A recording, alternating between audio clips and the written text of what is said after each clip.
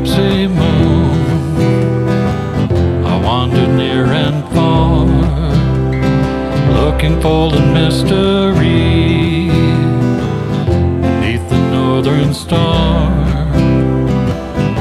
looking for the pot of gold at the rainbow's end, hoping that I find it soon beneath the gypsy. Hey, welcome to Be My Guest. This is Jan Lewis, your host. Today we have from Worcester, we have Mary Duane, and she is the president of the Worcester County Beekeepers Association, and she is an EAS Master Beekeeper. Welcome, Mary. What does EAS stand for? Eastern Apicultural Society. Now, she's got a lot of things here for us. I found her on the July 3rd issue of the Metro West Daily News. It must have been, well, the Sunday one, yeah, of course. There was a bill that they were trying to pass. What was that? Yeah, we're finding that there's a lot of pesticides in our environment, unfortunately, and beekeepers are looking to take legislative action to limit the amount of pesticides that are applied to our environment. So we got political. We're usually a very calm organization, but we got political and stormed the state, not stormed, but went to the State House and talked to legislators. So maybe not this year, but maybe next year it might go through? Right, yeah. Senator Carolyn Dykema said we did a real nice job the first year trying to get it going, but we had it in Ways and Means, and it just didn't quite get out on the end of the month. We'll try again, right? Oh, the beekeepers will be back in force next year. You've been doing this since 1999. That's correct. Now, what made you decide to be a beekeeper? Yeah, I had a serendipity. I had a conversation with a friend one day who's a history teacher at Northbridge High School named Ken Warchel. Oh, I know Ken. Ken Warchel. He always dresses up as the historical person. Exactly. The white and stuff. I know Ken. Yeah, so Ken and I are, he taught at Northbridge Middle School, and I taught teach at Tantascwa High School, and we coached against each other in track and field, and at one track meet I said to him, "What are you doing for the summer?" And he said, "Oh, I'm a beekeeping inspector." And I said, "That sounds like that'd be really cool." And he said, "Well, the organization, the Worcester County Beekeepers, they run a beekeeping course." So, and I said, "Well, maybe I'll do it." He goes, "Well, it's starting up Thursday night," and this was a Tuesday.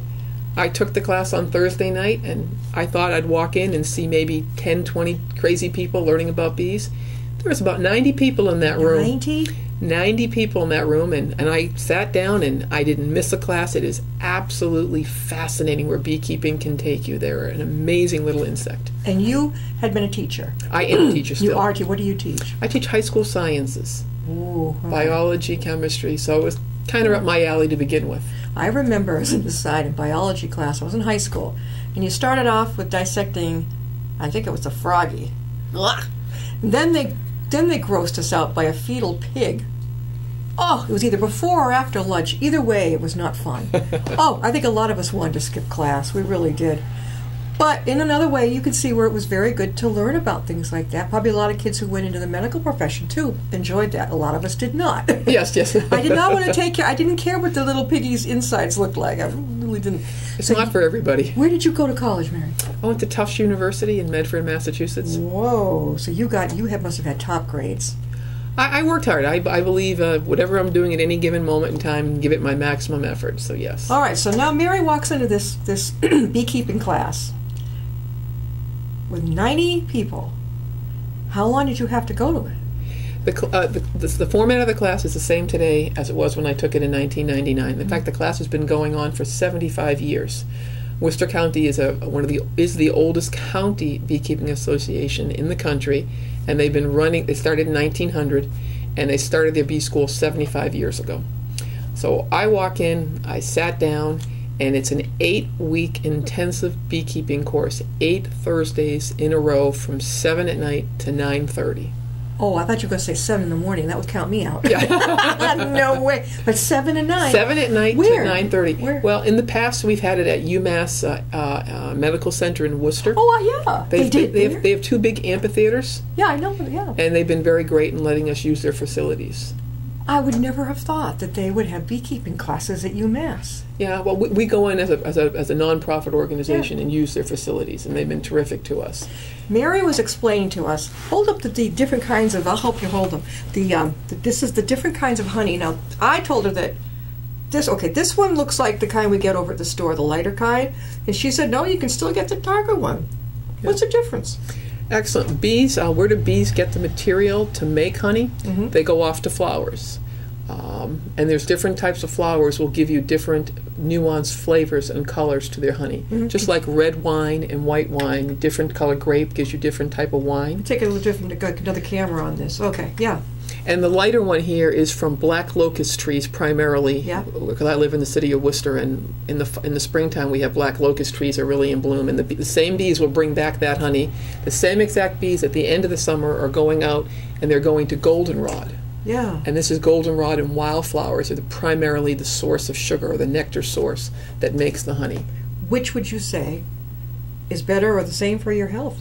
Well, I'm kind of a honey snob. Well, just like people are wine snobs, Yeah. it depends upon the nuanced flavor that you're trying to achieve. This would be terrific in like breads and things. It would come through as a stronger, robust flavor. Yeah. This would be nice in your tea to give you a more little subtle flavor, or I like to drizzle it on peaches. All right, the lighter one more for your tea. And your peaches and The fruits. peaches. And this one, the darker one, like if you have some bread in the morning. Oh, that would be excellent on English muffins, or even put it in the bread instead of sugar, instead of processed white sugar. We put honey in. How about, like, instead of peanut butter and jelly, sometimes I'll have a peanut butter and honey sandwich. Oh, beautiful. What's that other one there? Now, before you said, as far as you said, which is better health-wise? Yeah. Well, in here, there's different. When bees land on the flowers to get the nectar, they also pick up pollen. So a lot of people will take honey for allergies. Yeah. Because in here there will be pollen in here, and if you're telling me you're having bad allergies in the springtime, you would probably want the pollen from the spring flowers. So I'd recommend that The flower. lighter one. The lighter one, because the pollen will be from black locust and maple trees, which cause the allergies then, because it goes into your body. I'm not a medical person, but from what I've been told, it goes into your body. Your immune system gets used to it. And then when it comes in through your sinuses, you don't have the allergic reaction. I don't take any allergy medication anymore since I got into beekeeping. Seriously, I'm on allergy shots. I strictly take my honey. I'll take in the springtime I'm using the light one, strictly a teaspoon in the morning, teaspoon in the evening, and I have people who swear by it. And in the fall I will use a darker flavor. Have you thought of talking? I mean, I finally caved, and after all those years, and medicines didn't help. No nasal spray in this God's earth worked for me, but I'm on allergy shots now, but have you ever talked with allergists about this? I have different people that purchase honey and other people that swear by it, and I don't know if traditional medicine goes for it, but I figured to give it a shot, see what happens, and it works. It works. You can't use supermarket honey because supermarket honey has been processed. Yeah. You really have no clue whether they've watered it down with sugar water. But most of us local beekeepers, we don't do anything. We take it from the hive, put it into the jar, and it's got all this. We don't heat it up. If you heat it really high, you're going to start to denature the proteins and such. What's that other one in a jar you have right Sure. there? What's that one? This one right here is pollen grains. Here we go. We'll hold it right up. Pollen grains. Can you eat these? Absolutely. Some people swear by pollen grains.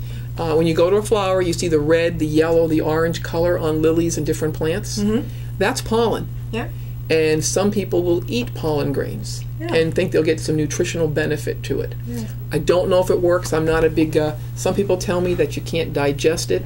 I don't know. Bees use it. Bees bring it back to the hive because it supplies the protein for the wings and the legs. The baby bees get their energy from the sugar that the nectar the adult bees bring back, and they get their protein source from the pollen that the adult bees bring back to the hive. People with diabetes, Mary, do you think that honey is good substitute? Well, under their doctor's supervision, there's still sugar in here. The sugar in here is the glucose and fructose, which are found in regular sugars. That would be under doctor's supervision, whether they should do that. Yeah, absolutely. Check with the doctor. They don't want to spike their sugar levels. So you must have always loved the taste of honey. Oh, love the taste of honey. Just drizzled on fresh fruit, on ice cream. It crystallizes in ice cream. I love apples. Apples. And then a little cinnamon. Did you grow up with the honey?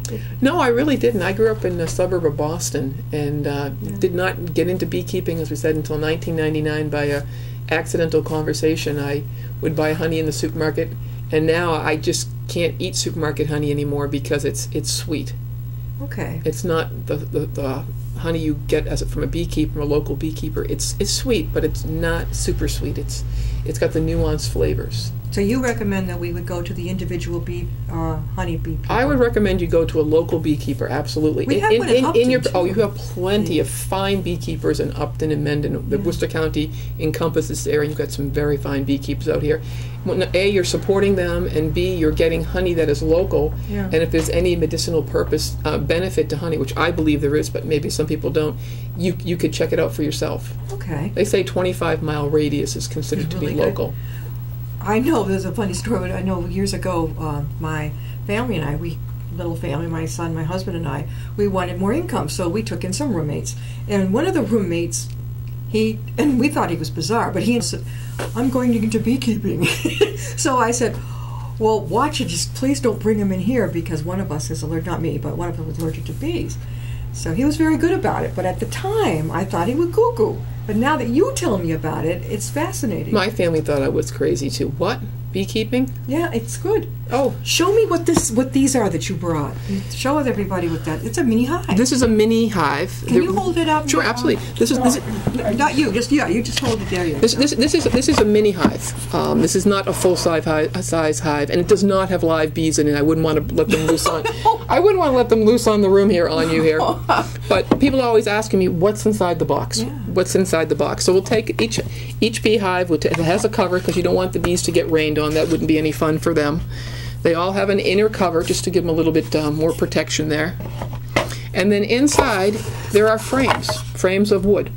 And I'll take a frame out here, and these are pictures that I have had a photographer friend, put inside here.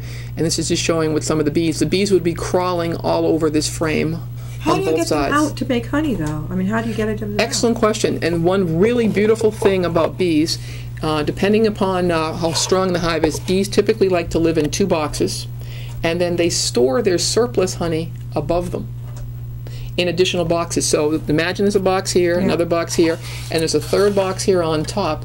In here, they will store all honey. And I'll take a frame out. Here, and it will be all honey. Oh, And now I have a wooden frame. Yeah. It's about 4 times the size. This is a mini one, about 4 times the size. Yeah. And in here, in each one of these little holes or wells, is pure natural honey. Oh. And when they bring it from a flower, they go to the flower, it's 80% water, 20% sugar. They fly back with it in their little bodies. It's kind of cool. They're like little helicopters coming back trying to... Yeah. They can carry 3 or 4 times their own weight in stuff, of sugar. They bring it back, they put it in here, they fan it, getting rid of all the moisture, and they reverse. Instead of being 80%... that's a better one, it's a honey one, Yeah. happen to pick the honey Okay. one here.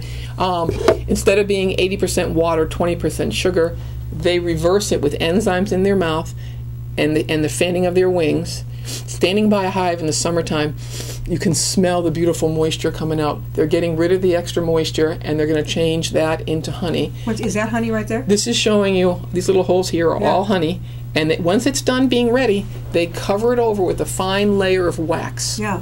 And that tells me as the beekeeper that the fine line has changed from nectar from the flowers into honey as we know it today. Now, would you know if this is the lighter shade or the darker shade?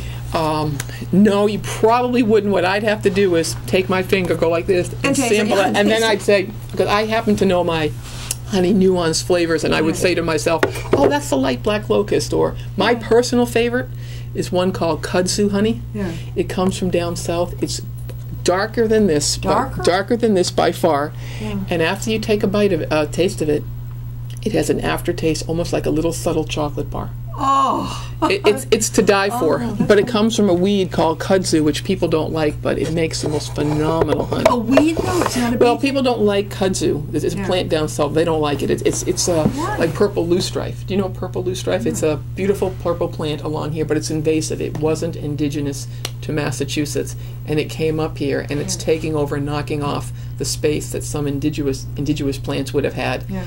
And as a beekeeper, I love it because it makes great honey. Yeah. But a lot of people don't like purple loosestrife because it's knocking out the competitive. So you know how to get it where you live, and you know how to make it on your own. Well, you plant your hives in a location to try to take advantage of what's available. Like some people, I have a friend down the Cape. I'm going to be moving some hives down to her property, and I'm going to try to take advantage of the cranberry box. cranberries are plants, and they the berries. In order for the berry to set, I'll get the bees will go out and do the pollen. The whole benefit to bees is the fact that when a bee lands on a flower, it takes some pollen, and then it goes to the next flower to get another bite of something, and the next flower. Meanwhile, it's been shuffling the pollen from the first plant to the second, to the third, to the fourth. So bees are shufflers of pollen, and pollen is a reproductive cell that one flower needs in order to set fruit. So if you got a whole bunch of cranberry bog plants, this one the bees land, they take the pollen from here, over here, over here, over here, and all the cranberries set. If you get a bad year, like it's really rainy or too cold, and the bees can't get out, they don't shuffle the pollen well enough, and you get a poor crop of cranberries that year. So rain is not the greatest thing. Well, it's wonderful for at the right time. We desperately need it now, but yeah, it's wonderful, but depends upon if you get it for long stretches. The environment is kind of fickle. I can't tell you how much honey I would get in a given year. You have to tell me what the season will bring. Do you have to keep a roof over their hives? Yes, this is their roof. Oh, that's the roof over your. This is the roof over the hive. Every single beehive in the yard has a cover on top of it. Okay. All right, that's a mini one. This is a mini. This is an educational hive. It should be about 4 times larger, wider for a real hive. Show us the can. It looks like the tin can in the Wizard of Oz. This is really something. This is one of the reasons I probably got into beekeeping. There you go. Yeah, one of the things I probably got into beekeeping. It's the smoker. If I go in, you can actually probably smell it right now. Yeah. The beautiful part about beekeeping is I get to use all of my sensors are involved when I'm in a beehive. I use a sense of hearing. I take the cover off the hive very gently. I'll give them a little puff of smoke inside the hive. What does that do to them? Great question. We honestly 100% don't know because the bees won't tell us. But 2 reasons. The bees in this box here. It's a dark situation when the cover is on. How are they communicating with each other? Probably a sense of smell. They release chemicals called pheromones, and the sense of sound. You can hear buzzing in here. So if I come in now, reach into the box to make some adjustments, everybody has a smell. I have a smell on my hands. Everybody does. You can't smell it because we're humans. We all along the way here. But if I put my hand in the box here, the bees are going to know an animal is coming into their hive. They're going to bite you, right? And they're going to sting me. They're not going to be happy, probably. No. So if I give them a little puff of smoke. That's just air? No, what I'm going to do, this is I brought an older one so you get to really feel for it. Inside here, I would put pine needles or burlap. I'd put some kind of burning item inside of here. You could put paper, but usually pine needles will go in here. I'll light it. I'll put the cover on top, and then the most beautiful smoke will come out of here, and that smoke goes on top of the hive. That smoke will do 2 things. It will take care of my smell. So when I go in the hive, the bees won't smell me. They'll smell the burning pine needles. And then also, bees are wild creatures, so they might think there's a forest fire going on. So when I put the smoke in, immediately when I put the smoke in, bees stick their head into these wells and they start eating honey. The thought is, they're thinking, we got a forest fire, we better take some honey because we're probably going to have to abandon ship, we're going to have to leave this hive. But they don't. You put the frames all back into place, you leave them alone nice and comfortably. If they start to get a little bit more agitated, a little bit more smoke, and they calm right down. Beautiful. Absolutely beautiful. I can't describe this smell, but it's like I feel like a... all of your senses. Beekeeping involves hearing. I have to hear what's going on. Are they humming nicely? I got to see what's going on. How are they moving on a frame? Are they jumpy? And I get to smell the smoker. I get to smell the fresh honey inside the hive. I know what this reminds me of. Sturbridge Village. Okay. Do they make it over there? Believe it or not, Sturbridge Village has a fine beekeeper. I've smelled that smell. I knew I had before. Yeah, beekeeper. Now this is what you wear so you don't get stung, right? Yes. Here she goes. She's going to put it on. Yeah. With beekeeping, I think it's responsible to protect yourself. The question I often get asked is, how many times a year do you get stung? I keep track now because people like to know. I'm up to 11 stings since January. But I love the sensation of getting stung on my hands. Why? Because when you get stung, it activates the immune system. It activates the immune system because a chemical, the venom that the bee has put into you, gets in here. It activates your immune system. Your immune cells, white blood cells and such come, and they clean out the area. I'm fortunate. I'm not allergic. I'm not allergic. I'll get probably the size of maybe a dime at the most, right where I get stung. Obviously, if it gets larger or it goes up your arm, you need to be very cautious. That's what happened to my high school boyfriend. His hand went like a monster. Right. You have to be very cautious. I keep an EpiPen. I always have an EpiPen available with me because you never know if someone comes over, if I get stung. There was a beekeeper keeping bees for many years, took a sting, and all of a sudden had a bad reaction. So better safe than sorry, because these are a wild creature. That's their defense mechanism. So I don't mind getting stung in the hand. I don't mind getting stung in the leg. You want it in the face. As a bee, that's exactly right. To me, if a bee crawls up my arm, I'm okay with that. I'm going to relax. I'm fine on my hands. Some people wear gloves. I do not, but that's okay.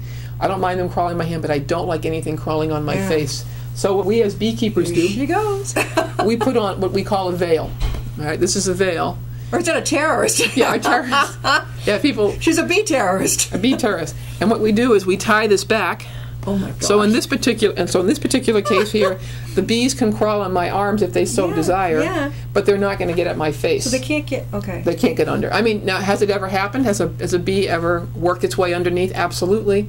And then you're sitting there and you're looking to yourself and you're like, do I see legs or a wing? If I see the legs, I'm okay because I know the bee's walking on the outside and I'm seeing its legs. But if I see its wings, that means it's walking on the inside, and that's not what you want. So at that particular point, beekeeping has taught me to be patient and relaxing. The bee, when it stings, dies. Why is that? Sad, isn't it? It's very, very sad. What's the point? Great question. Evolutionary, not a good idea. Yellow jackets, hornets, wasps. When they sting you, they do not die. A stinger goes in, pulls out, and they do not die. Well, I've got her in her garb. We're talking with Mary Duane, and she is the president of the Worcester County Beekeepers Association, EAS, Master Beekeeper. And now she's not being Halloween. This is what you wear with your hives, and you take a chance. Well, it's kind of like taking a chance, and you don't wear gloves. You just pray that they don't get into your face. Well, if they do, as I said, sometimes it has happened. Yeah. So I'll gladly very slowly walk away. Yeah. Take this off, very gently. Take this off. I mean, I don't want to kill the bee any more than the bee wants to sting me. Yeah. Take it off. Walk to the side. Let the bee out. Fly outside, and hopefully all ends well. But what if he doesn't want to go out? Yeah, that does happen. But usually 9 out of 10 times the bee is going to want to go out. The problem is sometimes the bee gets caught in your hair. Oh. And then you can just hear buzzing and buzzing and buzzing. At that point, I know it's not going to end well for me or the bee. I'm going to take a sting to the head, and the poor little bee is going to lose its life. What if it goes in your ear or up your nose? Luckily, don't scare me, it hasn't happened. I took a sting once right below my eye. I was getting ready to go somewhere, and I think it was a yellow jacket. And being a beekeeper, if you come to a gathering with a big eye, they know something's happened. Mary, tell the audience how they can reach your Beekeepers Association and you. Sure. As I said, I'm the president of the Worcester County Beekeepers Association, and we have a website, worcestercountybeekeepers.com. .org, and go on the website. We welcome new members. We have, believe it or not, we have about 950 members currently. I know.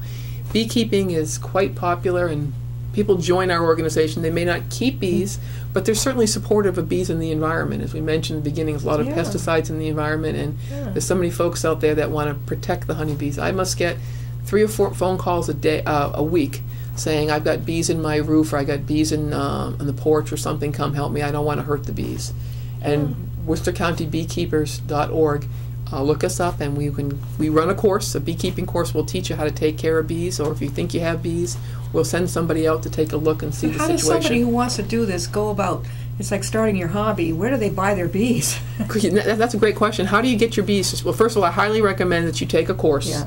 We offer a course which is very inexpensive, somewhere around $30, so it's a very inexpensive course because we're all volunteers that do that.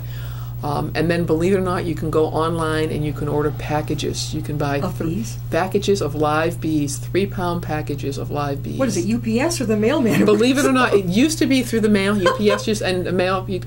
Worcester has delivered packages of bees to my house in the past. In the mail? In the mail. But the post office doesn't like that anymore. So now what happens, that was in probably 2005, they stopped doing that. Yeah. They'd call you up at 7 in the morning, some bees came in for you, better come down and get them right away. Yeah, Well, I've been in our post office and I know what was going on. Chip, chip, chip, chip, chip, chip. Somebody Chicks, has right? They have the chicks are right there in the back of the, but that's a little different than bees. So nowadays, what we do one member of the club or different vendors or people who sell bees or beekeeping for a living, they'll drive down to Georgia and they'll bring back 500 packages, and there'll be 500 crazy beekeepers like myself on the other end who will want to buy a package of bees, and they'll take all the woodenware such as this that's emptied out with empty frames in here, dump their bees in, and bees know how to be bees, and they will go through and they'll build wax in here, and they'll put their baby bees inside, and let me smell that will go again. well. Oh gosh, I love this thing. This is the. Oh, let me see how. See, one of the reasons I like being a beekeeper too is I like flame. I like maybe a little bit of. This is Sturbridge Village. It is. And also, it reminds me of when people are burning their leaves in their backyard. Exactly. You can put leaves in there, too. Leaves. I do pine needles. What you're probably smelling is some of the pine needle rubber. And so what you do is you took it it's off. a bellows. Take the cover off here. Yeah. Slide that down. Put in whatever you want to burn. Pine needles, burlap, sumac, a little sumac in there, sometimes a nice little mixture. Yeah. And then cover it down and flame it. A little bellows in the back here. What else did that? I think we have a future beekeeper here. Yeah, I know. This reminds me. Or a friend of the bees. Just as important as being a beekeeper is being a friend of the bees. Well, you have friends of the library here. Exactly. Friends of the bees. Exactly. What was I just... Oh, have you ever heard of Grandpa's pine tar soap? It's black.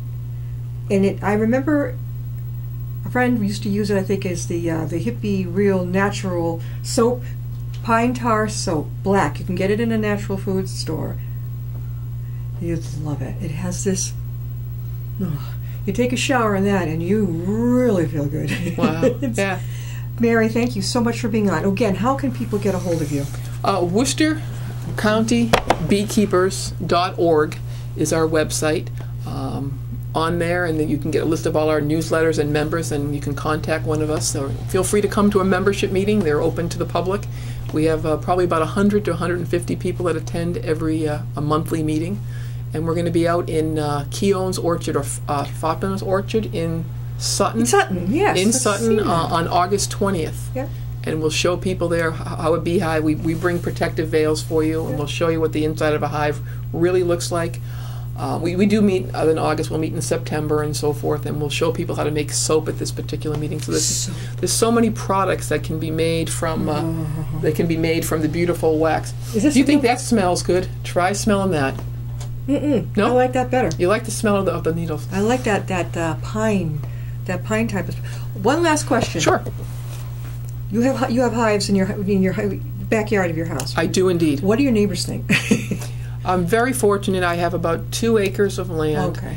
And my neighbor across the street didn't even realize I had bees. Oh, that's okay.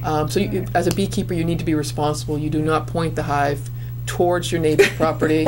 You keep it in at least 10 to 15 feet off the line. We have best management practices to be a good neighbor with bees. Yeah. I never even knew you were there. She's right over there. I know the street. You've driven by the road. Worcester, back, you follow back. I never Driving knew. home, we'll probably pass 10 or 15 beekeepers that you never knew the bees were there until now you're aware of the box. I know, not until I'd read the Sunday issue of the Metro West Daily News that I find this beekeeper. Mary, thank you for being on. Thank you for having me. I'd love to show you how to extract honey.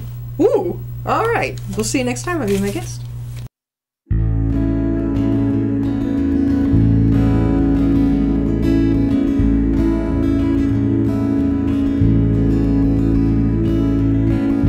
Riding on a shooting star,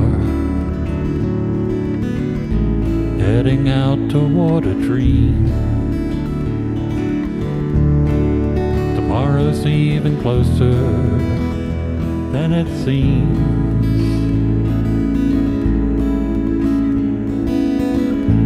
Moving through the cloudless sky, heading out toward the moon. I am dancing to the lunar tune.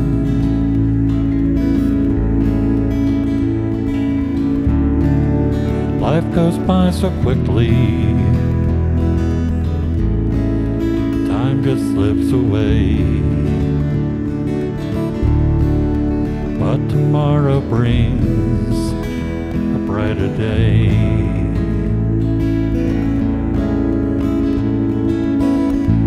Soaring out among the planets.